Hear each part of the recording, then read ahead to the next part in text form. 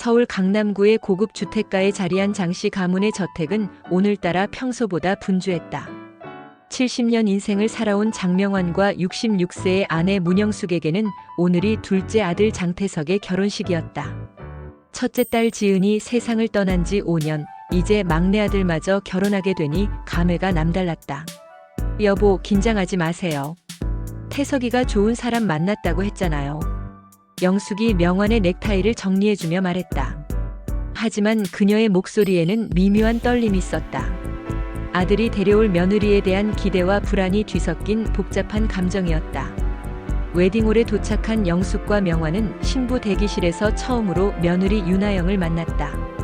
29세의 하영은 소담한 키에 단정한 얼굴을 한 여성이었다. 화이트 드레스를 입은 그녀는 수줍게 미소 지으며 고개를 숙여 인사했다. 안녕하세요, 어머니. 앞으로 잘 부탁드립니다. 하영의 첫 인사는 정중하고 예의 바른 것이었다. 영숙도 며느리의 손을 잡으며 따뜻하게 맞이했다. 그런데 그 순간 뭔가 이상한 기분이 들었다. 하영의 손을 잡는 순간 느껴진 온기, 그리고 그녀가 미소 짓는 방식이 어딘지 모르게 낯익었다. 참 예쁘시네요. 태석이가 복이 많아서 이런 좋은 인연을 만났나 봅니다. 과찬이세요, 어머니. 저야말로 좋은 가정의 일원이 되게 해주셔서 감사합니다. 하영의 대답은 완벽했다. 하지만 영숙의 마음 한구석에는 계속해서 묘한 기시감이 맴돌았다. 특히 하영이 웃을 때 살짝 고개를 옆으로 기울이는 버릇, 말을 할 때 손을 모으고 서는 자세가 너무나 익숙했다. 결혼식은 성대하게 치러졌다. 하영은 아름다운 신부였고 태석은 행복해 보였다. 하지만 영숙은 식장 내내 어딘가 모를 불안감을 떨쳐낼 수 없었다. 하영이 부케를 던질 때의 손동작, 축사를 들을 때 살짝 고개를 끄덕이는 모습, 심지어 걸음걸이까지. 모든 것이 죽은 딸 지은을 연상시켰다. 설마. 영숙은 고개를 젓었다. 그저 어머니의 마음에 생긴 착각일 뿐이라고 생각하려 했다. 피로연이 끝나고 신혼부부는 허니문을 떠났다. 2주 후 태석과 하영이 본가에 인사차 찾아왔을 때 영숙의 의문은 더욱 깊어졌다. 어머니, 집이 정말 멋져요. 마치 어릴 때 그림책에서 본 것 같아요. 하영이 거실을 둘러보며 말했다. 그런데 그 말투, 특히 감탄사를 내뱉는 방식이 너무나 지은과 닮아 있었다. 저녁 식사 자리에서 영숙은 더욱 놀랐다. 하영이 젓가락을 잡는 방식, 국을 마실 때 살짝 입술을 오므리는 습관, 심지어 밥을 먹다가 문득 창밖을 바라보는 시선까지. 모든 것이 지은의 모습과 일치했다. 하영아, 평소에 어떤 음식을 좋아하니? 영숙이 조심스럽게 물었다. 된장찌개를 특히 좋아해요. 그리고 불고기도요. 왜 그런지 모르겠는데 어릴 때부터 그런 한국 전통 음식을 먹으면 마음이 편해져요. 지은이 가장 좋아했던 음식들이었다. 영숙의 심장이 쿵 내려앉았다. 그날 밤 영숙은 잠들지 못하고 뒤척였다. 옆에서 명환이 고르게 숨을 쉬고 있었지만 그녀의 머릿속은 온통 하영의 모습으로 가득했다. 단순한 우연의 일치라고 넘기기에는 너무나 많은 공통점들이 있었다. 새벽 2시쯤 영숙은 목이 말라 부엌으로 향했다. 물을 마시려다가 2층에서 들려오는 소리에 발걸음을 멈췄다. 누군가 흐느끼는 소리였다. 태석과 하영이 머물고 있는 객실에서는 고른 숨소리가 들렸는데 울음소리는 다른 곳에서 나고 있었다. 영숙은 조심스럽게 2층으로 올라갔다. 소리는 지은의 방에서 나고 있었다. 5년째 그대로 보존해둔 딸의 방. 설마 하영이? 방문 틈으로 살짝 들여다본 영숙은 충격에 몸이 얼어붙었다. 하영이 지은의 침대에 앉아 흐느끼고 있었던 것이다. 그것도 지은이 늘 울 때 취했던 자세 그대로 무릎을 끌어안고 어깨를 떨며. 언니. 하영이 중얼거리는 소리가 들렸다. 영숙의 전신에 소름이 돋았다. 하영은 지은을 모르는 사람이었다. 아들 태석과 하영이 어떻게 만났는지도 영숙은 자세히 알지 못했다. 그런데 어떻게 하영이 지은의 방에서 지은의 자세로 울고 있을 수 있단 말인가? 당신. 영숙이 나지막이 중얼거렸다. 당신은 도대체 누구지? 하영은 울음을 그치고 고개를 들었다. 달빛에 비친 그녀의 눈에는 설명할 수 없는 슬픔이 담겨 있었다. 마치 오랫동안 잃어버린 무언가를 그리워하는 듯한 그런 눈빛이었다. 영숙은 조용히 자신의 방으로 돌아갔다. 하지만 그날 밤 잠은 오지 않았다. 하영의 눈빛이 계속해서 머릿속을 맴돌았다. 그것은 분명 처음 보는 사람의 눈빛이 아니었다. 이 집을, 이 가족을, 그리고 지은을 그리워하는 눈빛이었다. 새벽이 되어서야 영숙은 하나의 가능성을 떠올렸다. 그리고 그 가능성이 현실일지도 모른다는 두려움에 온몸이 떨렸다. 다음 날 아침 영숙은 일찍 일어나 아침 식사를 준비했다. 평소보다 더 정성스럽게 차린 상에는 된장찌개와 불고기가 올라와 있었다. 하영이 좋아한다고 했던 음식들이었다. 어머니, 이렇게 많이 차려주셨네요. 하영이 밝게 웃으며 식탁에 앉았다. 며느리 입맛에 맞을지 모르겠네. 많이 먹어야 해. 영숙이 하영의 그릇에 밥을 정성스럽게 담아주었다. 식사 도중 영숙은 하영을 유심히 관찰했다. 하영은 된장찌개를 한 숟가락 떠서 맛보더니 눈을 감고 깊이 숨을 들이마시었다. 그리고는 만족스러운 표정을 지었다. 정말 맛있어요. 왜 그런지 모르겠는데 어릴 때 먹었던 맛 같아요. 어릴 때? 어머니가 이런 식으로 해주셨나? 아니요. 하영이 잠시 멈칫했다. 저는 어릴 때 고아원에서 자랐거든요. 그런데도 이 맛이 익숙해요. 신기하죠? 영숙의 마음이 더욱 무거워졌다. 하영이 고아 출신이라는 것도 모르고 있었다. 아들 태석이 하영의 과거에 대해 자세히 이야기해주지 않았던 것이다. 식사를 마친 후 태석과 하영은 볼 일이 있다며 외출했다. 영숙은 혼자 남은 시간을 이용해 오래전 일을 되짚어보기 시작했다. 5년 전 딸 지은의 교통사고는 영숙에게 평생 잊을 수 없는 상처를 남겼다. 20살이던 지은은 친구들과 여행을 떠났다가 고속도로에서 대형 교통사고를 당했다. 뇌사 판정을 받은 지은을 위해 가족들이 할 수 있는 것은 장기기증 동의뿐이었다. 지은이가 평소에 장기기증 희망자로 등록해뒀어요. 담당 의사가 조심스럽게 말했었다. 특히 심장을 기증하고 싶다고 여러 번 말했다고 하더군요. 그때는 너무나 슬픔에 잠겨 있어서 기증 과정의 세부 사항에 대해 자세히 알아보지 못했다. 다만 지은의 심장이 누군가의 생명을 구할 수 있다는 것에 작은 위안을 얻었을 뿐이었다. 영숙은 서둘러 서재로 가서 오래된 서류함을 뒤졌다. 지은의 장기기증 관련 서류들이 어딘가에 있을 것이었다. 한참을 찾다가 마침내 노란 봉투를 발견했다. 장기기증 확인서라고 적힌 서류를 꺼냈다. 거기에는 기증된 장기의 종류와 수혜자 정보가 기록되어 있었다. 하지만 수혜자의 이름은 개인정보 보호를 위해 가려져 있었다. 다만 나이와 성별만 표시되어 있었다. 심장 수혜자 24세 여성. 영숙의 손이 떨렸다. 5년 전 하영의 나이는 24세였다. 물론 그 나이대의 여성은 많았지만 어젯밤 본 하영의 모습과 연결해서 생각하니 온몸에 소름이 돋았다. 설마 그럴 리가. 영숙은 고개를 저었지만 마음 한편으로는 이미 답을 알고 있는 것 같았다. 그녀는 휴대폰을 꺼내 인터넷을 검색하기 시작했다. 심장 이식 후 성격 변화, 장기 이식 기억전이 같은 키워드들을 입력했다. 검색 결과에는 놀라운 내용들이 나타났다. 심장 이식을 받은 환자들이 기증자의 취향이나 습관을 갖게 되는 사례들이 실제로 보고되고 있었다. 의학계에서는 이를 세포 기억 현상이라고 부르며 아직 명확한 원리는 밝혀지지 않았지만 실제 사례들이 존재한다고 했다. 한 사례는 특히 충격적이었다. 심장 이식을 받은 여성이 기증자가 좋아했던 음식을 갑자기 선호하게 되고 기증자의 취미 활동에 관심을 갖게 되었다는 내용이었다. 심지어 기증자의 가족을 만났을 때 설명할 수 없는 친밀감을 느꼈다는 증언도 있었다. 영숙은 휴대폰을 내려놓고 깊은 한숨을 쉬었다. 만약 하영이 정말 지은의 심장을 받았다면, 그렇다면 어젯밤 지은의 방에서 울고 있던 것도 지은과 똑같은 습관들도 모두 설명이 가능했다. 하지만 확신을 얻기 위해서는 더 확실한 증거가 필요했다. 영숙은 용기를 내어 5년 전 지은이 입원했던 병원에 전화를 걸었다. 안녕하세요. 5년 전에 장기 기증을 했던 환자의 가족인데요. 수혜자 정보를 확인할 수 있을까요? 죄송합니다. 개인정보보호법상 수혜자의 신상 정보는 공개할 수 없습니다. 예상했던 답이었다. 하지만 영숙은 포기하지 않았다. 그녀는 오래전 알고 지내던 병원 관계자에게 연락을 취했다.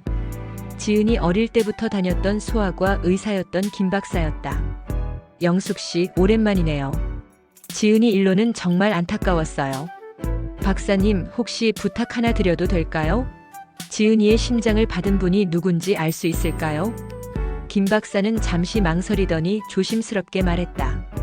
공식적으로는 알려드릴 수 없지만 혹시 궁금한 이유가 있나요? 영숙은 어젯밤 일과 하영의 이상한 행동들에 대해 간략하게 설명했다. 김 박사는 놀란 듯 말했다. 그런 일이. 사실 의학계에서도 그런 현상에 대한 연구가 진행되고 있어요. 심장 이식 후 기증자의 기억이나 성향이 전이되는 경우 말이에요. 그럼 정말 가능한 일인가요? 가능성은 있습니다. 특히 젊은 나이에 건강한 심장을 이식받은 경우에 그런 현상이 더 자주 보고되거든요. 김 박사는 잠시 고민하더니 말을 이었다. 비공식적으로만 알려드리는 거예요. 지은이의 심장을 받은 분은 윤하영이라는 24세 여성이었습니다. 당시 선천성 심장병으로 이식이 급히 필요한 상태였어요. 영숙의 머릿속이 하얘졌다. 정말 하영이었다. 며느리 윤하영이 죽은 딸 지은의 심장을 가지고 살고 있었던 것이다. 영숙 씨, 괜찮으세요? 네. 감사합니다, 박사님. 전화를 끊은 영숙은 한동안 자리에서 일어날 수 없었다. 5년 전 세상을 떠난 딸의 심장이 지금 며느리의 가슴에서 뛰고 있다는 사실이 믿어지지 않았다. 그리고 그 심장과 함께 지은의 기억과 감정들이 하영에게 전해진 것일까? 영숙은 하영을 다시 바라보게 될 것 같았다. 이제 그녀는 단순한 며느리가 아니었다. 죽은 딸의 일부를 품고 살아가는, 그리고 그 때문에 딸과 닮아가고 있는 신비로운 존재였다. 하지만 동시에 새로운 두려움이 생겼다. 하영 자신은 이 사실을 알고 있을까? 그리고 만약 안다면 왜 아무 말 없이 이 집으로 들어온 것일까? 하영과 태석이 신혼여행에서 돌아온 지 일주일이 지났다. 영숙은 그동안 하영을 더욱 주의 깊게 관찰했다. 하영이 지은의 심장을 받았다는 사실을 안 후 그녀의 모든 행동이 새로운 의미로 다가왔다. 어머니, 혹시 피아노 치셔도 될까요?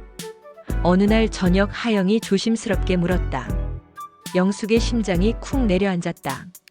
거실 한편에 있는 피아노는 지은이 쓰던 것이었다. 지은이 죽은 후로는 아무도 건드리지 않았던 것이다. 피아노를 칠 줄 아나? 어릴 때 조금 배웠는데 최근에 갑자기 치고 싶어져서요. 이상하게 어떤 곡들이 자꾸 머릿속에 맴돌아요. 하영은 피아노 앞에 앉아 건반을 가볍게 눌러보았다. 그리고는 익숙한 손동작으로 한 곡을 연주하기 시작했다. 쇼팽의 야상곡이었다. 지은이 가장 좋아했던 곡이었다. 영숙은 숨을 멈추고 하영의 연주를 들었다. 기술적으로는 완벽하지 않았지만 곡에 담긴 감정은 지은이 연주할 때와 놀랍도록 닮아 있었다. 특히 중간에 살짝 템포를 늦추는 부분, 그리고 마지막 음을 길게 끌어내는 방식까지 똑같았다. 이 곡 어디서 배웠니? 모르겠어요. 하영이 건반에서 손을 떼며 말했다. 그냥 손이 알아서 움직이는 것 같아요. 신기하죠? 더욱 놀라운 일은 그 다음에 일어났다. 하영이 연주를 마치고 일어서다가 갑자기 재채기를 연달아 했다. 그리고는 눈가가 빨갛게 되면서 눈물이 났다. 왜 이러지? 하영이 당황해하며 눈을 비볐다. 혹시 고양이 알레르기 있니? 영숙이 놀라서 물었다. 고양이요? 잘 모르겠는데. 그때 마당에서 길고양이 한 마리가 창문 앞을 지나갔다. 하영의 알레르기 반응이 더욱 심해졌다. 지은도 심한 고양이 알레르기가 있었다. 집에서 기르려던 고양이를 포기해야 했을 정도였다. 아, 정말 고양이 알레르기가 있나 보네요. 하영이 휴지로 코를 풀며 말했다.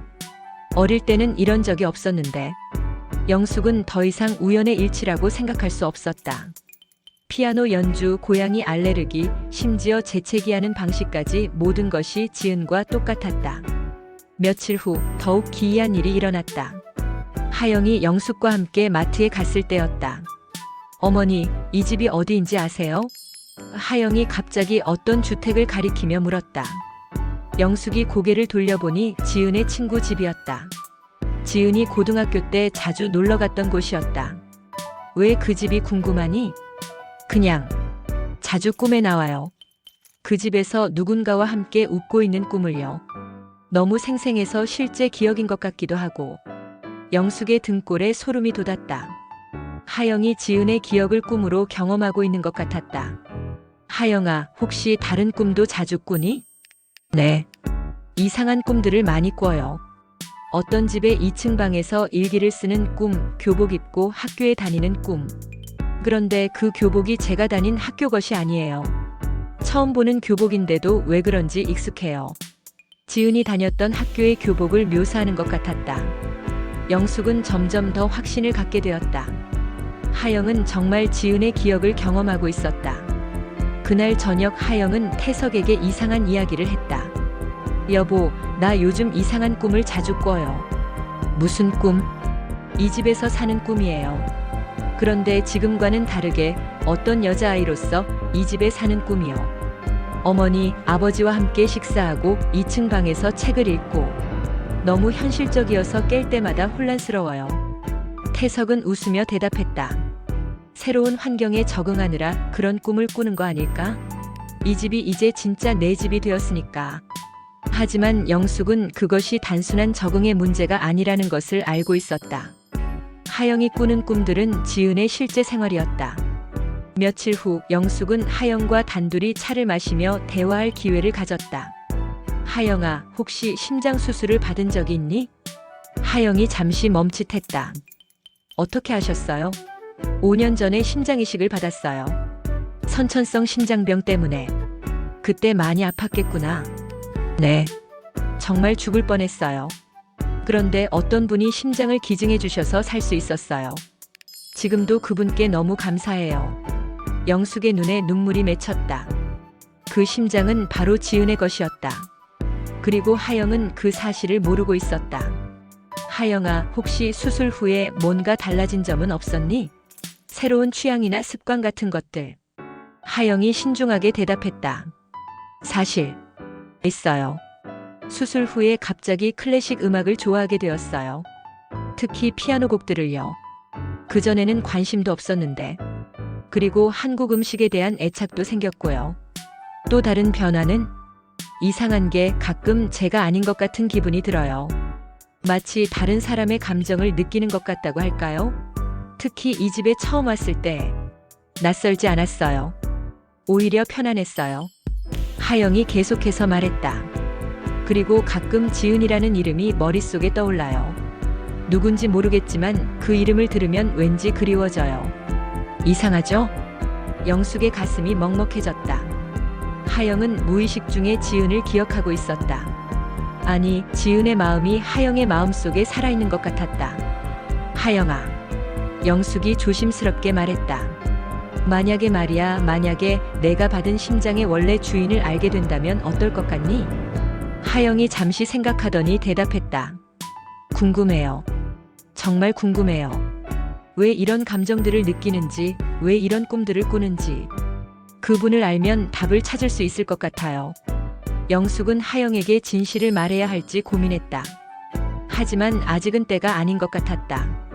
좀 더 지켜보고 싶었다. 지은의 마음이 하영을 통해 어떻게 표현되는지, 그리고 하영 자신은 이 모든 변화를 어떻게 받아들이는지. 그날 밤 영숙은 지은의 방에 들어갔다. 5년 전 그대로 보존된 딸의 방에서 영숙은 지은의 일기장을 꺼내 읽기 시작했다. 마지막 일기는 사고 며칠 전에 쓰인 것이었다. 오늘 장기기증 등록을 했다. 만약 내가 죽으면 누군가에게 도움이 될 수 있을 것 같아서. 특히 내 심장이 누군가의 생명을 구할 수 있다면 좋겠다. 그 사람이 나 대신 더 많은 것을 경험하고 더 많은 사람을 사랑했으면 좋겠어. 영숙은 눈물을 흘렸다. 지은의 소원이 이루어진 것 같았다.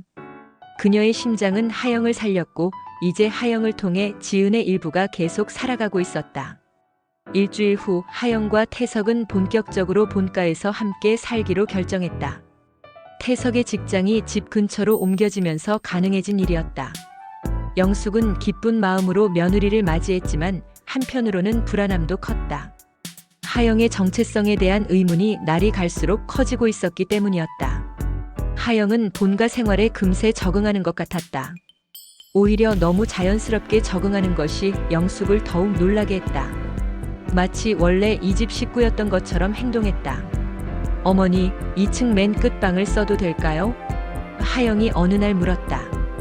영숙의 심장이 철렁했다. 그 방은 지은의 방이었다. 그 방은 혹시 다른 용도로 쓰시는 방인가요? 그럼 다른 방을 써도 돼요. 아니야, 괜찮아. 내가 쓰고 싶으면 써도 돼. 영숙은 차마 그 방이 죽은 딸의 방이라고 말할 수 없었다. 그리고 한편으로는 하영이 그 방에서 지내면서 어떤 변화를 보일지 궁금하기도 했다. 하영은 기뻐하며 자신의 짐을 지은의 방으로 옮겼다. 영숙은 몰래 지켜보며 하영의 반응을 살폈다.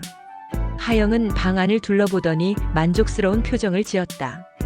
이 방 너무 좋아요. 왜 그런지 마음이 편해져요. 그날부터 하영은 지은의 방에서 생활하기 시작했다. 영숙은 매일 밤 하영의 방 앞을 지나가며 아내 상황을 확인했다. 하영은 지은이 쓰던 책상에서 일기를 쓰고 지은이 읽던 책들을 꺼내보며 지은이 좋아하던 자세로 잠들었다. 한 달이 지났을 때 영숙은 하영이 외출한 사이 청소를 핑계로 방에 들어갔다. 그리고 하영의 서랍에서 노트 한 권을 발견했다. 표지에 나의 기록이라고 적혀 있었다. 영숙은 잠시 망설였다. 며느리의 사생활을 엿보는 것은 옳지 않았다. 하지만 하영의 정체성에 대한 궁금증을 참을 수 없었다. 그녀는 조심스럽게 노트를 열어보았다. 첫 번째 기록은 이사 온 첫날의 것이었다. 이상하다. 이 집이 처음인데도 전혀 낯설지 않다. 화장실 위치도 부엌 구조도 심지어 2층으로 올라가는 계단의 삐걱거리는 소리까지 모두 익숙하다. 마치 어릴 때부터 이 집에서 살았던 것 같은 기분이다. 두 번째 기록을 읽던 영숙의 손이 떨렸다. 또 그 꿈을 꿨다. 이 방에서 일기를 쓰는 꿈. 그런데 일기 내용이 너무 생생해서 실제 기억인 것 같기도 하다. 오늘 엄마가 내가 좋아하는 된장찌개를 끓여주셨다. 엄마의 된장찌개는 정말 세상에서 제일 맛있다. 이런 내용이었다. 근데 정말로 어머니의 된장찌개가 세상에서 제일 맛있다. 우연일까? 영숙의 눈에 눈물이 맺혔다. 그것은 지은이 자주 쓰던 표현이었다. 세 번째 기록은 더욱 충격적이었다. 지은이라는 이름이 자꾸 떠오른다. 누군지 모르겠지만 그 이름만 들어도 가슴이 아프다. 마치 내가 그 사람을 잃어버린 것 같은 기분이 든다. 거울을 볼 때마다 지은아라고 말하고 싶어진다. 미치는 건 아닐까? 영숙은 노트를 덮고 깊은 숨을 쉬었다. 하영은 무의식 중에 자신이 지은의 심장을 받았다는 것을 느끼고 있는 것 같았다. 네 번째 기록에서 영숙은 더 큰 충격을 받았다. 오늘 병원에 갔다가 이상한 일이 있었다. 심장이식 관련 검진을 받으러 갔는데 담당 선생님이 기증자분에 대해 궁금하시죠? 라고 물어보셨다. 솔직히 너무 궁금했다. 그분이 누구인지 어떤 사람이었는지. 선생님은 개인정보라 알려드릴 수 없다고 했지만 한 가지만 말씀해 주셨다. 20세의 건강한 여성이었고 교통사고로 뇌사 판정을 받으셨다고. 나와 비슷한 나이였다니. 그분은 어떤 꿈을 꾸며 살았을까? 영숙의 가슴이 미어졌다. 하영이 지은에 대해 궁금해하고 있다는 것을 알게 되니 더욱 복잡한 기분이었다. 다음 기록들은 더욱 구체적이었다. 요즘 피아노를 치고 싶어진다. 어릴 때 잠깐 배웠지만 그때는 별로 재미없었는데 지금은 왜 그런지 피아노 소리만 들어도 눈물이 난다. 특히 쇼팽의 야상곡을 들으면 가슴이 아프다. 마치 누군가를 그리워하는 것 같다. 어머니를 볼 때마다 이상한 감정이 든다. 처음 보는 분인데도 너무 친근하다. 마치 진짜 딸이 된 것 같은 기분이다. 어머니도 나를 특별하게 봐주시는 것 같다. 혹시 어머니도 뭔가 느끼시는 걸까? 오늘 아버지가 지은이 방이라고 말씀하시다가 멈추셨다. 지은이가 누구지? 혹시 이 집에 지은이라는 딸이 있었나? 그 방이 바로 내가 쓰고 있는 방일까? 영숙은 명환이 실수로 지은의 이름을 언급했다는 것을 알았다. 그리고 하영이 그것을 놓치지 않고 의심하고 있다는 것도. 마지막 기록은 며칠 전의 것이었다. 확신이 선다. 이 집에는 지은이라는 딸이 있었다. 그리고 그 아이는 이제 이 세상에 없다. 내가 쓰고 있는 이 방이 그 아이의 방이다. 서랍 깊숙이 숨겨진 사진들, 교복, 일기장들. 모든 것이 그것을 증명한다. 그런데 왜 나는 이 방에서 편안함을 느끼는 걸까? 왜 지은이라는 이름에 이렇게 마음이 아픈 걸까? 혹시 내가 받은 심장이 지은이의 것일까? 아니다, 그럴 리 없다. 하지만 만약 그렇다면 모든 것이 설명된다. 내가 느끼는 이상한 감정들, 익숙한 기분들, 그리고 이 가족에 대한 애착까지. 영숙은 노트를 덮고 자리에서 일어났다. 하영이 스스로 진실에 가까워지고 있었다. 이제 더 이상 숨길 수 없을 것 같았다. 그때 현관문이 열리는 소리가 들렸다. 하영이 돌아온 것이었다. 영숙은 서둘러 노트를 원래 자리에 놓고 방을 나왔다. 어머니, 청소해 주셨어요? 하영이 계단을 올라오며 말했다. 응, 조금만. 감사해요. 그런데 어머니. 하영이 잠시 망설이더니 말을 이었다. 혹시 이 집에 지은이라는 분이 살았나요? 영숙의 심장이 쿵 내려앉았다. 결국 하영이 직접적으로 물어본 것이었다. 왜 그런 걸 묻니? 그냥 가끔 그런 이름이 떠올라서요. 그리고 이 방에서 그런 기분이 들어요. 누군가가 이 방을 아주 사랑했다는 기분이요. 영숙은 더 이상 거짓말을 할 수 없을 것 같았다. 하지만 아직은 진실을 말할 용기도 나지 않았다. 하영아, 내가 궁금해하는 것들 언젠가는 모두 알게 될 거야. 정말요? 응. 때가 되면 모든 걸 말해줄게. 하영은 고개를 끄덕였다. 하지만 그녀의 눈에는 여전히 의문이 가득했다. 그날 밤 영숙은 잠들지 못하고 뒤척였다. 하영의 노트를 읽고 나니 더 이상 이 상황을 방관할 수만은 없을 것 같았다. 하영은 진실을 알 권리가 있었고 동시에 지은의 유족으로서 영숙도 하영과 솔직한 대화를 나눌 필요가 있었다. 하지만 어떻게 말해야 할까? 당신이 받은 심장은 우리 딸 지은의 것입니다라고 갑자기 말할 수는 없었다. 하영이 받을 충격을 생각하면 더욱 조심스러웠다. 영숙은 하영의 노트에 적힌 마지막 문장을 떠올렸다. 만약 그렇다면 모든 것이 설명된다. 하영도 이미 진실을 짐작하고 있는 것 같았다. 이제는 확인만 하면 되는 단계였다. 다음 날 아침 영숙은 결심했다. 하영과 단둘이 대화할 시간을 가져야겠다고. 그리고 조금씩 조심스럽게 진실을 알려줘야겠다고. 한 달 후 장명환이 갑자기 쓰러졌다. 고혈압으로 인한 뇌경색이었다. 다행히 빠른 응급처치로 생명에는 지장이 없었지만 한동안 안정을 취해야 하는 상황이었다. 병원에서 돌아온 가족들은 침묵 속에서 저녁을 먹었다. 명환의 건강 상태가 예전 같지 않다는 것을 모두가 느끼고 있었다. 아버지가 많이 약해지신 것 같아요. 태석이 걱정스럽게 말했다. 의사 선생님 말로는 당분간 무리하시면 안 된다고 하시더라. 영숙이 한숨을 쉬며 답했다. 하영은 조용히 식사를 하면서도 자주 영숙을 바라보았다. 시어머니의 걱정스러운 표정을 보니 마음이 아팠다. 명환이 입원한 일주일 동안 집안 분위기는 무겁기만 했다. 그런데 퇴원 후 며칠 지나 명환이 갑자기 유산 정리에 대한 이야기를 꺼냈다. 이번 일로 많은 생각을 하게 되었어. 명환이 가족들을 거실로 불러 모으며 말했다. 나도 이제 70이 넘었고 언제 어떻게 될지 모르니까 미리 정리해둬야겠어. 아버지, 그런 말씀 마세요. 태석이 말했지만 명환은 고개를 저었다. 현실을 받아들여야지. 그런데 명환이 하영을 바라보며 말을 이었다. 하영이도 이제 우리 가족이니까 유산 분배에 대해서도 생각해봐야 할 것 같아. 영숙이 깜짝 놀라며 남편을 바라봤다. 여보, 그건 아니에요, 아버지. 하영이 급히 손을 저으며 말했다. 저는 그런 거 생각 안 해도 돼요. 태석 오빠 것이면 제 것이기도 하니까요. 하지만 명환은 단호했다. 아니야. 법적으로도 며느리에게는 상속권이 있어. 그리고 명환이 잠시 멈췄다가 말을 이었다. 지은이가 살았다면 받았을 몫도 생각해봐야 해. 그 말에 영숙의 얼굴이 창백해졌다. 태석도 당황스러운 표정을 지었다. 아버지, 누나 이야기를 왜 갑자기? 지은이는 우리 가족이었어.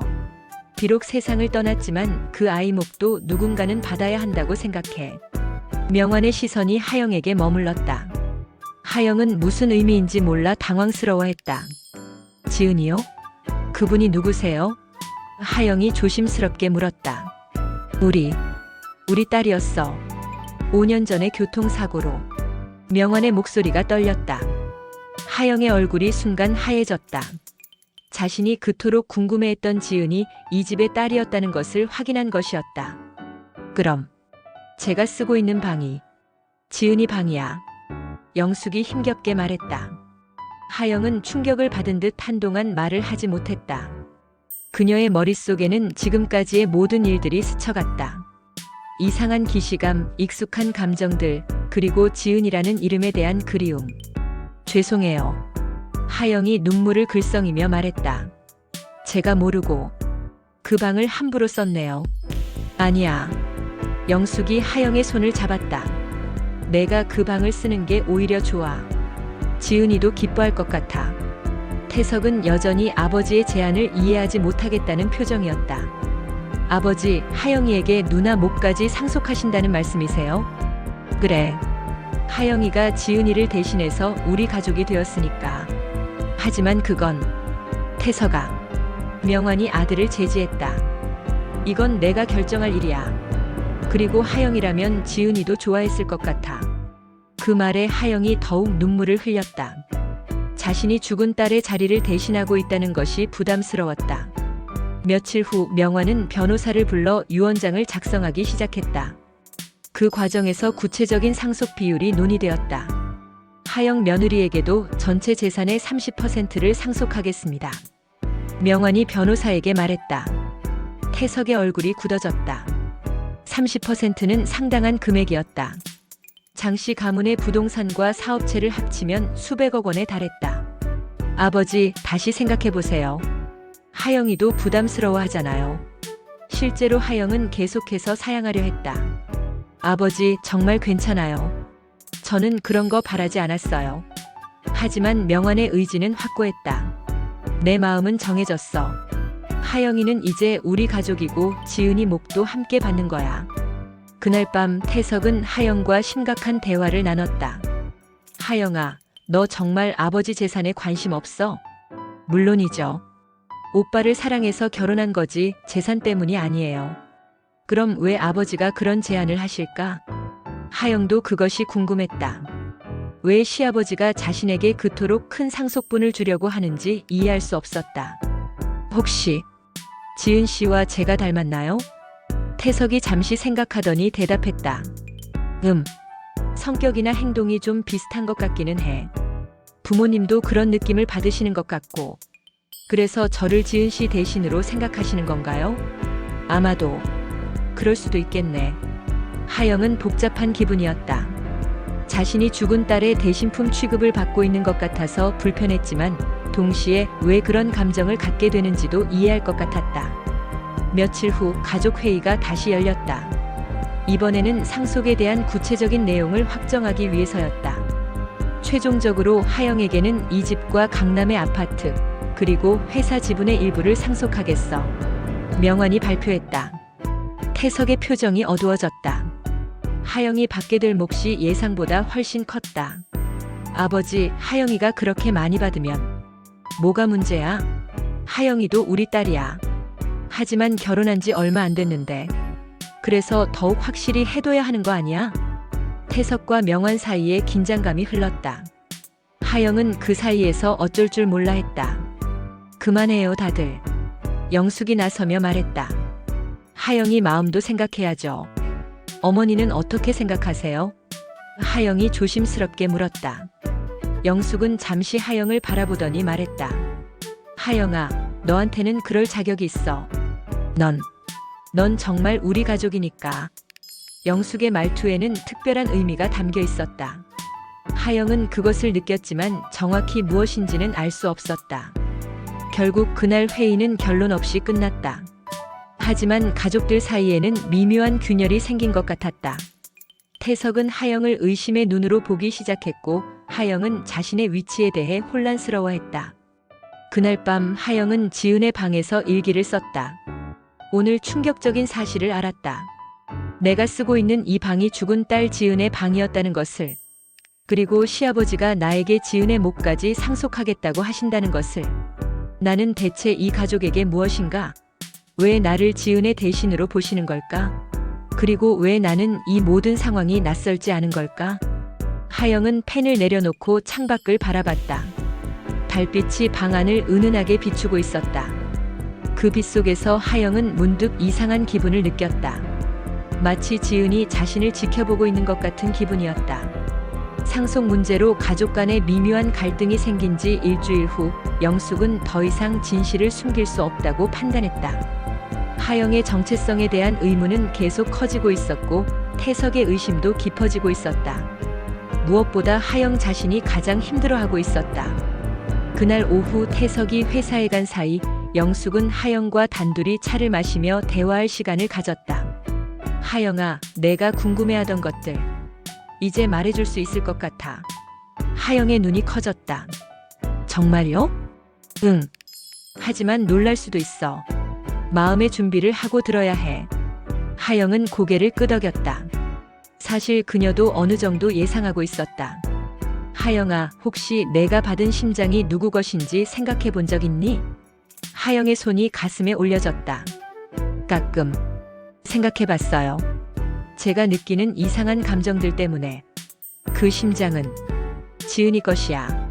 하영의 얼굴이 창백해졌다. 예상했던 일이지만 실제로 확인하니 충격이 컸다. 정말요? 5년 전 지은이가 교통사고로 뇌사 판정을 받았을 때 장기 기증을 했어. 그리고 그 심장을 받은 사람이 바로 너였어. 하영은 한동안 말을 하지 못했다. 가슴에 손을 대고 느껴지는 심장 박동이 새로운 의미로 다가왔다. 그럼 제가 느끼는 이 모든 감정들이 지은이의 것일 수도 있어. 의학적으로는 명확하게 설명되지 않지만 그런 현상이 실제로 존재한다고 해. 하영의 눈에 눈물이 맺혔다. 어머니, 저를 어떻게 생각하세요? 지은 씨를 대신하는 존재로 보시는 건가요? 영숙이 하영의 손을 잡았다. 처음에는 그럴 수도 있었어.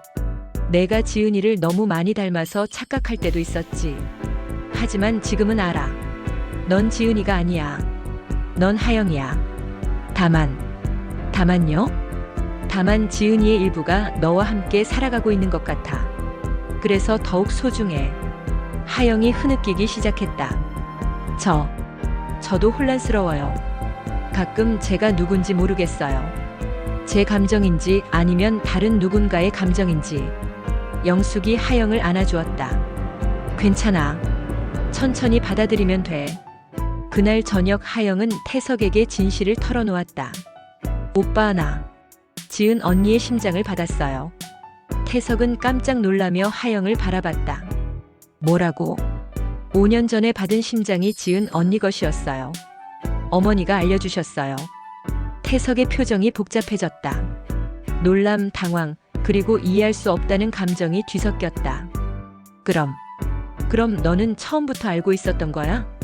아니요. 저도 오늘 처음 알았어요. 그동안 이상한 감정들을 느꼈지만 설마 이런 일일 줄은. 이상한 감정들? 하영은 그동안 경험했던 모든 것들을 태석에게 설명했다. 지은과 똑같은 취향, 습관, 그리고 이 집에서 느끼는 친밀감까지. 태석은 한동안 말을 하지 못했다. 그럼 너는 우연히 우리 가족과 만난 게 아니라 우연이에요. 정말 우연이에요. 저도 이런 일이 일어날 줄 몰랐어요. 하지만 태석의 의심은 쉽게 가라앉지 않았다. 정말 우연일까? 혹시 내가 미리 알고서. 오빠, 하영이 울먹이며 말했다. 저를 그런 사람으로 보세요. 다음 날 영숙은 하영과 함께 병원을 찾았다. 정확한 의학적 설명을 듣기 위해서였다. 담당 의사는 하영의 사례에 대해 관심을 보였다. 정말 흥미로운 사례네요. 심장 이식 후 기증자의 성향이 전이되는 현상. 아직 의학적으로 명확히 규명되지는 않았지만 실제로 보고되는 사례들이 있어요. 어떻게 그런 일이 가능한 건가요? 영숙이 물었다. 몇 가지 가설이 있어요. 세포 기억 이론, 후성 유전학적 변화, 그리고 신경계와의 상호작용 등. 하지만 확실한 것은 없어요. 의사는 하영을 검진한 후 놀라운 사인실을 발견했다. 하영 씨, 유전자 검사를 한번 해보시겠어요? 흥미로운 결과가 나올 수 있을 것 같아요. 일주일 후 검사 결과가 나왔다. 의사는 놀란 표정으로 결과를 설명했다. 정말 특이한 사례입니다. 하영 씨의 혈액에서 두 가지 서로 다른 유전자 패턴이 발견되었어요. 무슨 의미인가요? 영숙이 물었다. 이식받은 심장의 세포들이 하영 씨의 기존 세포들과 부분적으로 융합된 것 같아요. 완전한 키메라는 아니지만 기증자의 유전 정보가 일부 전이된 거죠. 하영은 충격을 받았다. 그럼 저는 누구예요? 하영 씨는 하영 씨예요. 다만 지은 씨의 일부도 함께 가지고 계신 거죠. 매우 드문 경우입니다. 그날 밤 하영은 지은의 일기장을 읽어보았다. 영숙이 허락해준 것이었다. 지은의 마지막 일기를 읽던 하영은 눈물을 흘렸다. 만약 내가 죽으면 내 심장이 누군가의 생명을 구했으면 좋겠다. 그 사람이 나 대신 더 많은 것을 경험하고 더 많은 사람을 사랑했으면 좋겠다. 그리고 가능하다면 우리 가족을 잊지 않았으면 좋겠다. 하영은 일기장을 덮고 가슴에 손을 댔다. 지은의 마지막 소원이 이루어진 것 같았다. 지은아. 하영이 중얼거렸다. 고마워. 그리고 미안해. 그때 방문이 살짝 열리며 영숙이 들어왔다. 하영아, 괜찮니? 어머니. 지은 언니가 정말 좋은 사람이었나 봐요. 그래, 정말 착한 아이였어. 저는 지은 언니를 대신할 수 없어요. 하지만 지은 언니의 마음을 잊지 않고 살아갈게요. 영숙이 하영을 안아주었다. 그거면 충분해. 넌 이미 충분히 잘하고 있어. 하지만 태석의 의심은 여전했다. 그는 하영의 과거를 더 자세히 조사하기 시작했다. 정말 우연의 일치인지 아니면 계획된 일인지 확인하고 싶었다. 며칠 후 태석은 하영이 어릴 때 다녔던 고아원을 찾아갔다. 그리고 놀라운 사실을 발견했다. 하영이가 치료받았던 병원이 지은이와 같은 곳이었어요. 태석이 영숙에게 말했다. 뭐라고? 어릴 때부터 심장병으로 그 병원을 다녔대요. 그럼 지은이와 마주칠 기회가 있었던 거죠. 영숙의 마음이 복잡해졌다. 정말 순수한 우연이었을까 아니면 그날 밤 영숙은 하영에게 직접 물어보기로 했다. 하영아, 솔직히 말해줘. 지은이를 본 적이 있니? 하영이 잠시 망설이더니 고개를 끄덕였다. 어머니, 사실은 하영의 고백은 충격적이었다. 어머니, 저 어릴 때 병원에서 지은 언니를 본 적이 있어요. 영숙의 얼굴이 창백해졌다. 언제? 어떻게? 10살 때부터 같은 병원을 다녔어요. 지은 언니는 정기검진으로, 저는 심장병 치료로 몇 번 마주친 적이 있어요. 하영은 떨리는 목소리로 계속 말했다. 처음 본 순간부터 언니가 너무 예뻤어요. 그리고 너무 건강해 보였죠. 저와는 달리 저는 언니를 멀리서만 바라봤어요. 언니는 아마 저를 기억하지 못할 거예요. 그럼 내가 우리 집에 온 것도 처음에는 정말 우연이었어요. 태석 오빠를 사랑해서 결혼한 거였어요. 하지만 하영이 눈물을 흘리며 말을 이었다. 이 집에 처음 왔을 때 뭔가 익숙한 기분이 들었어요. 그리고 지은 언니의 이름을 들었을 때 모든 기억이 되살아났어요. 영숙은 충격에 말을 잇지 못했다.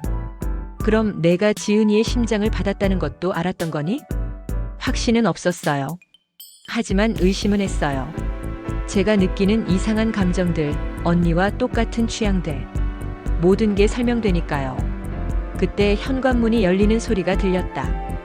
태석이 돌아온 것이었다. 그의 손에는 서류 봉투가 들려 있었다. 하영아, 우리 얘기 좀 하자. 태석의 표정이 어두웠다. 하영은 불안한 마음으로 태석을 따라 거실로 갔다. 이게 뭐니? 태석이 서류를 책상에 던지며 말했다.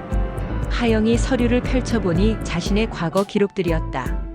고아원 기록, 병원 기록, 그리고 심장이식 관련 자료까지. 오빠, 이걸 어떻게? 내가 지은이를 알고 있었다는 것도 확인했어. 그 같은 병원을 다녔고 지은이를 여러 번 봤었지? 하영이 고개를 숙였다. 그래요. 그럼 처음부터 계획이었던 거야? 지은이의 심장을 받았으니까 우리 가족에게 접근한 거야? 아니에요. 하영이 고개를 저으며 소리쳤다. 정말 아니에요. 그럼 어떻게 설명할 거야? 이 모든 우연이? 하영은 눈물을 흘리며 진실을 말했다. 오빠, 저는 정말 모르고 있었어요. 오빠를 만난 건 정말 우연이었어요. 소개팅에서 만났잖아요. 그때는 오빠가 누구인지도 몰랐어요. 하지만 우리 집에 와서는 눈치챘겠지? 조금씩 의심하기 시작했어요. 하지만 확신은 없었어요. 태석의 얼굴이 차갑게 굳어졌다. 그럼 왜 말하지 않았어? 왜 숨겼어? 어떻게 말해요? 저 혹시 당신 누나의 심장을 받았는지도 모르겠어요 라고요? 영숙이 끼어들었다. 태석아, 하영이 말이 맞아. 이런 상황에서 어떻게 쉽게 말할 수 있겠니? 하지만 태석은 분노했다. 엄마도 하영이 편을 드시는 거예요? 이 모든 게 계획일 수도 있는데. 태석아. 아니에요, 어머니. 하영이 일어서며 말했다. 오빠가 의심하는 게 당연해요. 저라도 그랬을 거예요. 하영은 태석을 정면으로 바라보며 말했다. 오빠, 저는 거짓말하지 않을게요. 처음에는 정말 몰랐어요. 하지만 이 집에 살면서 조금씩 눈치채기 시작했어요. 그리고 확신이 섰을 때 너무 무서웠어요. 무서웠다고? 네. 오빠가 저를 어떻게 볼지, 어머니 아버지가 저를 어떻게 생각하실지, 그리고 제 자신이 누구인지도 모르겠어서 무서웠어요. 하영의 목소리가 떨렸다. 저는 지은 언니가 아니에요. 하지만 언니의 심장으로 살아가고 있어요. 이 상황이 얼마나 이상한지 저도 알아요. 오빠가 저를 의심하는 것도 이해해요. 태석은 한동안 말을 하지 않았다. 며칠 후 태석은 더 깊이 조사한 결과를 가져왔다. 하영이가 우리 가족에 대해서 미리 알아봤다는 증거는 없어. 태석이 영숙에게 말했다. 그럼 소개팅도 정말 우연이었고 처음에는 우리 가족에 대해서 아무것도 몰랐던 것 같아. 하지만 태석이 머뭇거렸다. 하지만 뭐? 이 집에 온 후에는 분명히 의심하고 있었어. 그런데도 말하지 않았지. 영숙은 한숨을 쉬었다. 태석아, 하영이 입장에서 생각해봐. 얼마나 혼란스러웠겠니? 그날 저녁 가족들은 모두 모여 진솔한 대화를 나눴다. 하영아, 명환이 말했다. 내가 지은이를 알고 있었다는 걸 들었어. 죄송해요, 아버지. 말씀드려야 했는데. 아니야. 이해해. 하지만 이제는 모든 걸 솔직하게 말해줘. 하영은 자신이 기억하는 지은과의 만남에 대해 자세히 이야기했다. 언니는 정말 밝고 예쁜 사람이었어요. 저는 늘 병약해서 우울했는데 언니를 보면 힘이 났어요. 언니는 저를 기억하지 못할 거지만 저에게는 특별한 사람이었어요. 그래서 더욱 충격이었겠구나. 영숙이 말했다. 네. 이 집에 왔을 때 그리고 언니의 방에서 잘 때마다 죄책감과 고마움이 동시에 들었어요. 명환이 하영의 손을 잡았다. 하영아, 넌 잘못한 게 없어. 오히려 지은이가 너를 통해서 우리에게 돌아온 것 같아. 아버지, 나는 여전히 내게 지은이 몫의 상속을 주고 싶어. 그게 지은이의 소원이었을 것 같아. 하지만 태석은 여전히 복잡한 심정이었다. 아버지, 저는 아직 잘 모르겠어요. 하영이를 믿고 싶지만 이 모든 상황이 너무 기이해요. 태석아, 하영이 말했다. 오빠가 원한다면 저는 이 집을 떠날게요. 상속도 포기할게요. 오빠와 가족들이 편해지는 게 중요해요. 하영아. 영숙이 놀라며 말했다. 괜찮아요, 어머니. 저는 오빠의 행복이 제일 중요해요. 그 말에 태석의 마음이 흔들렸다. 하영의 진심을 느낄 수 있었다. 하지만 그날 밤 태석은 여전히 잠들지 못했다. 하영을 사랑하지만 동시에 의심도 완전히 가시지 않았다. 이 복잡한 상황을 어떻게 해결해야 할지 막막했다. 며칠 후 태석은 하영에게 제안했다. 하영아, 우리 잠시 떨어져서 생각해보자. 오빠, 나도 혼란스러워. 시간이 필요해. 하영은 고개를 끄덕였다. 그녀도 태석의 마음을 이해했다. 알겠어요. 저는 언니 집에서 지낼게요. 그렇게 하영은 집을 떠났다. 그리고 장씨 가문에는 다시 정적이 흘렀다. 하영이 집을 떠난 지 한 달이 지났다. 태석은 매일 회사와 집을 오가며 일상을 보내려 했지만 마음 한구석이 계속 비어있는 것 같았다. 하영 없는 집은 예전보다 더 적막했다. 영숙은 하영이 그리웠다. 하영이 있을 때는 집안이 살아있는 것 같았는데 이제는 다시 지은이 죽은 후에 그 무거운 침묵이 돌아왔다. 여보, 하영이는 어떻게 지내고 있대? 영숙이 명환에게 물었다.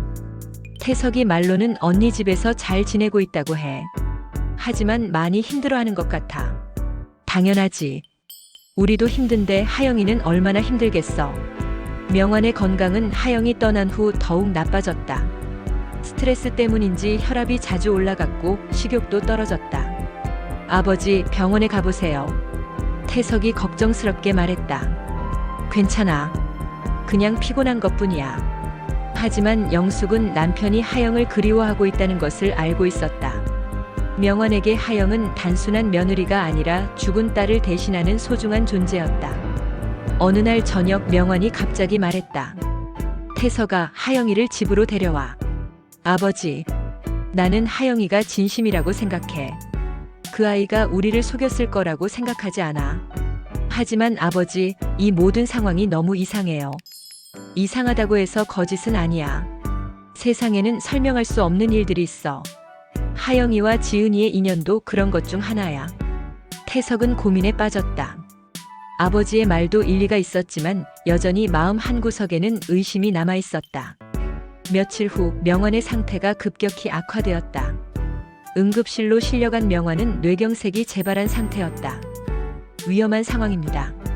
가족들을 모두 부르시는 게 좋겠어요. 의사가 말했다. 영숙은 울면서 태석에게 말했다. 하영이도 불러야 해. 아버지가 그 아이를 찾으실 거야. 태석은 망설였지만 결국 하영에게 연락했다. 하영아, 아버지가 위독하셔. 병원으로 와줄래? 하영은 곧바로 병원으로 달려왔다. 한 달 만에 본 하영은 많이 야위어 있었다. 아버지는 어떠세요? 하영이 눈물을 글썽이며 물었다. 의식은 있으시지만 상태가 좋지 않아. 중환자실에서 명환은 하영을 보자 힘겹게 미소를 지었다. 하영아, 왔구나. 아버지. 하영이 명환의 손을 잡고 울었다. 미안하다. 우리 때문에 고생했지? 아니에요, 아버지. 제가 죄송해요. 명환은 힘겹게 말을 이었다. 하영아, 너는 우리 가족이야. 앞으로도 계속. 아버지, 말씀 마세요. 힘드시잖아요. 내 말 들어. 태석이가 너를 다시 받아들일 거야. 조금만 기다려. 그날 밤 명환은 가족들을 모두 불러 모았다. 유언장을 다시 쓰고 싶어. 변호사가 병원으로 왔고 명환은 마지막 유언을 남겼다. 하영에게 지은이 몫을 모두 상속한다. 그리고 명환이 하영을 바라보며 말했다. 하영아, 지은이 대신 남은 삶을 살아달라. 아버지, 지은이가 너를 통해서 계속 살아갈 거야. 그것이 명환의 마지막 말이었다. 그는 그날 밤 조용히 세상을 떠났다. 장례식에는 많은 사람들이 참석했다. 명환은 지역에서 존경받는 사업가였기 때문이었다. 하영은 상주 가족으로서 조문객들을 맞이했다. 태석은 아무 말하지 않았지만 하영이 가족의 일원으로 행동하는 것을 막지도 않았다. 장례를 치른 후 유언장이 공개되었다. 명환은 약속대로 하영에게 상당한 재산을 물려주었다. 이 집과 여러 부동산 그리고 회사 지분의 30%였다. 아버지께서 정말 하영 씨를 딸처럼 생각하셨나 보네요. 변호사가 말했다. 태석은 복잡한 표정으로 유언장을 바라보았다. 아버지의 마지막 뜻이었지만 여전히 받아들이기 어려웠다. 일주일 후 태석은 하영과 마지막 대화를 나눴다. 하영아, 우리 이혼하자. 하영은 예상했던 말이었지만 여전히 가슴이 아팠다. 알겠어요. 미안해. 나는 아직 이 모든 상황을 받아들일 수 없어. 너를 사랑하지만 동시에 내가 누군지 확신할 수 없어. 괜찮아요, 오빠. 저도 이해해요. 상속받은 재산은 내가 가져. 그게 아버지 뜻이시니까. 필요한 것만 가져갈게요. 나머지는 오빠가 가지세요. 태석은 하영의 마지막 선택에서도 진심을 느꼈지만 이미 마음을 정한 후였다. 이혼 절차가 진행되는 동안 하영은 여전히 이 집에서 영숙과 함께 지냈다. 영숙은 하영을 보내고 싶지 않았다. 하영아, 여기가 내 집이야. 태석이와 이혼해도 넌 내 딸이야. 어머니, 고마워요. 하지만 저는 새로운 시작을 해야 해요. 그럼 어디서 살 거니? 작은 집을 하나 사서 조용히 살 생각이에요. 그리고 봉사활동을 해보려고요. 봉사활동? 심장병 어린이들을 도우는 일이요. 제가 받은 이 생명을 의미 있게 쓰고 싶어요. 영숙의 눈에 눈물이 맺혔다. 하영의 선택이 지은이 했을 법한 선택 같았다. 드디어 이혼이 성립되고 하영이 집을 떠나는 날이 왔다. 짐은 많지 않았다. 개인 용품과 몇 장의 사진뿐이었다. 하영아. 영숙이 하영의 손에 무언가를 쥐어주었다. 지은의 오래된 앨범이었다. 이건 받을 수 없어요. 가져가. 지은이도 원할 거야. 영숙은 하영을 꼭 안아주었다. 하영아, 너는 지은이가 아니야. 하지만 내 딸이기도 해. 하영의 눈에서 눈물이 흘렀다. 그 눈물은 자신의 것인지 아니면 지은의 것인지 알 수 없었다. 하지만 그것은 중요하지 않았다. 어머니 사랑해요. 그리고 지은 언니도 어머니를 정말 사랑했을 거예요. 나도 너를 사랑해, 하영아. 하영은 마지막으로 지은의 방을 둘러보았다. 이제는 정말 작별할 시간이었다. 언니. 하영이 작게 중얼거렸다. 고마웠어. 그리고 이제는 제가 제 인생을 살아갈게. 그때 바람이 창문을 통해 들어와 커튼을 살랑거렸다. 마치 지은이 대답하는 것 같았다. 하영은 집을 나서며 뒤돌아보았다. 영숙이 문 앞에서 손을 흔들고 있었다. 태석은 2층 창문에서 내려다보고 있었다.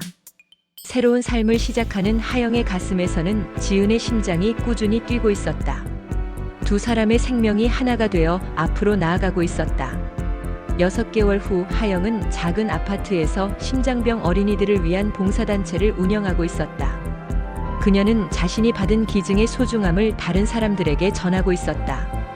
어느 날 영숙이 하영을 찾아왔다. 어머니, 하영아 잘 지내고 있구나. 네, 바쁘지만 보람있게 살고 있어요. 지은이가 정말 기뻐할 것 같아. 두 사람은 차를 마시며 이야기를 나눴다. 태석이는 어떻게 지내세요? 일에만 매달려 있어. 아직 너를 잊지 못한 것 같아. 시간이 해결해 줄 거예요. 하영아, 혹시 후회하지 않니? 하영은 잠시 생각하더니 대답했다. 아니요. 이 모든 일이 운명이었던 것 같아요. 지은 언니의 심장을 받아 살게 되고 어머니 가족을 만나게 되고 모든 게 의미가 있었어요. 그래. 너 같은 딸을 둬서 정말 다행이야. 영숙은 그날부터 정기적으로 하영을 찾아왔다. 그들은 진정한 모녀가 되어가고 있었다. 1년 후 태석도 하영의 봉사활동 현장을 찾아왔다. 하영아. 오빠. 어떻게 여기를? 어머니한테 들었어. 좋은 일 하고 있다고. 태석은 하영이 아이들과 함께 웃고 있는 모습을 보며 복잡한 감정을 느꼈다. 오빠, 저 정말 괜찮아요. 오빠도 행복하게 사세요. 하영아. 미안해. 뭐가 미안해요?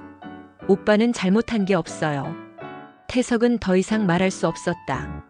하영을 보내준 것이 옳은 선택이었는지 여전히 확신할 수 없었다. 시간이 흘러 3년이 지났다. 하영의 봉사단체는 유명해졌고 많은 심장병 어린이들이 도움을 받았다. 하영은 그들에게 희망을 전하는 존재가 되었다. 어느 가을날 영숙과 하영은 지은의 묘소를 함께 찾았다. 지은아, 하영이가 왔어. 영숙이 묘비에 대고 말했다. 하영은 꽃을 놓고 조용히 인사했다. 언니, 저 잘 살고 있어요. 언니가 주신 이 생명으로 많은 사람들을 도우며 살고 있어요. 바람이 불어와 나뭇잎들이 흩날렸다. 하영은 가슴에 손을 대고 심장 소리를 들었다. 꾸준히 뛰는 그 소리 속에서 지은의 목소리가 들리는 것 같았다. 고마워, 하영아. 그리고 행복해. 하영의 눈에서 눈물이 흘렀다. 그것은 슬픔의 눈물이 아니라 감사의 눈물이었다. 언니, 저도 사랑해요. 영숙은 하영의 어깨에 손을 올리며 말했다. 하영아, 집에 가자. 저녁 준비해야지. 네, 어머니. 두 사람은 손을 잡고 묘소를 떠났다. 석양이 그들의 뒷모습을 따뜻하게 비추고 있었다. 하영의 가슴에서는 지은의 심장이 여전히 힘차게 뛰고 있었다.